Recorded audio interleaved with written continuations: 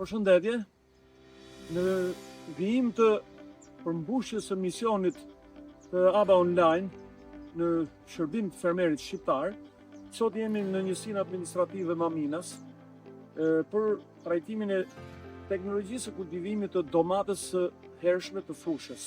Së pari duhet të themi disa të dhëna të mira të kësaj kulture perimore dhe që është realisht ndër kulturat më kryesore me sipërfaqen më të madhe aktuale në Shqipëri, sepse ka një mundësi kultivimi në të gjithë territorin e Republikës së Shqipërisë, si në zonën e ngrohtë të ulësirës perëndimore, por edhe në zonën e ftohtë të Shqipërisë. Pse ja rekomandojmë ne fermerit shqiptar që domatja në fushë, domatja për fat mbillet jo pak edhe në sipërfaqe shumë të mëdha edhe në sera, por që për kushtet e shkëlqyera klimatike, kjo lejon që të kultivohet më së miri dhe në fushë.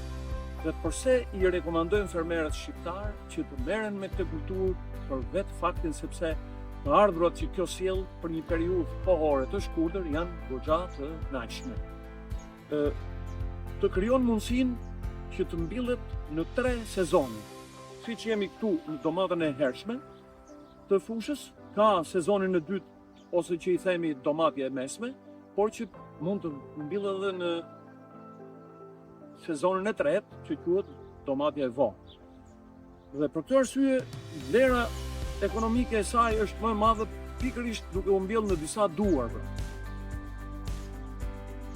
Pse rekomandohet që të konsumohet dhe të mbillet domatja në përgjithësi, siç thamë.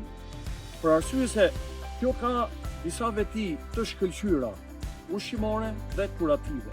Është me përbajtjet e larta të vitaminave,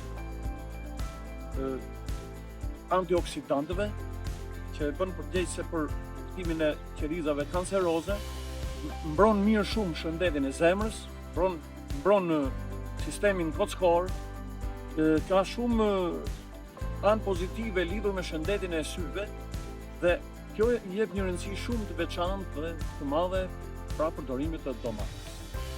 Është një kulturë e cila kërkon toka rano-argjilore dhe ka qenë me origjinë nga vendet e ngrohta, pra është një kulturë ngrohtësi dashse. Në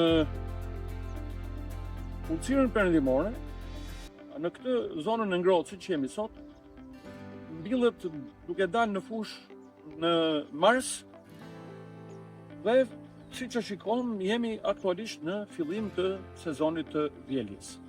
Disa pika kyçe ku duhet pretendojmë që t'i japim disa këshilla fermerit shqiptar lidhur me kultivimin e saj, pas mbjelljes do duhet që të kryhet në rreth 1 javë më pas mbjelljes të kryhet prashitja e parë e domatës.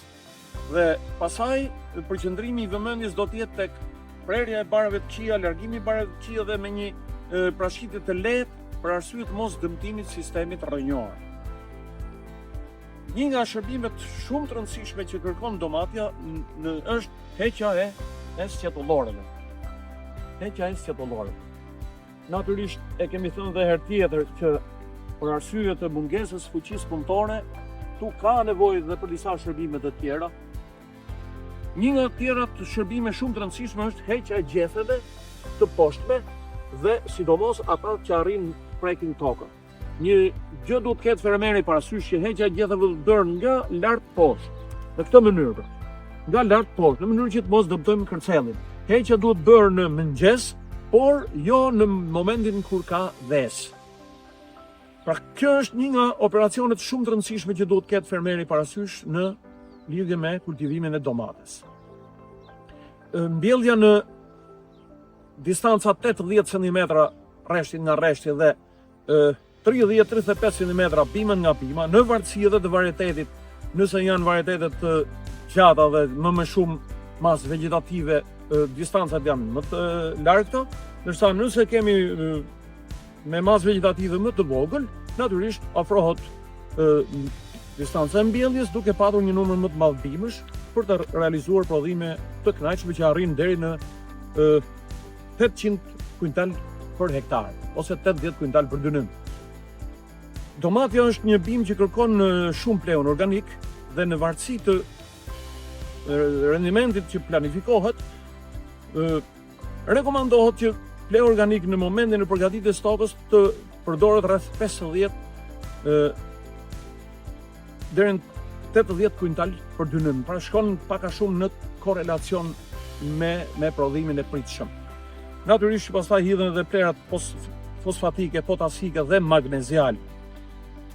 Ujitja e domates është shumë e rëndësishme që të ketë parasysh që është mirë që të mos preken gjethet me ujitjen, të mos preket pranë qafës së rrënjës, për arsye sepse domatja ka disa smundje kërpudhore të cilat shkaktojnë dëme jo të pakta dhe kompromentojnë prodhimin, siç janë, pra siç sapo e thash, kalbëzimi i qafës rrënjës, vrugu, fuzarioza, alternaria, të smundje të cilat realisht kompromentojnë prodhimin.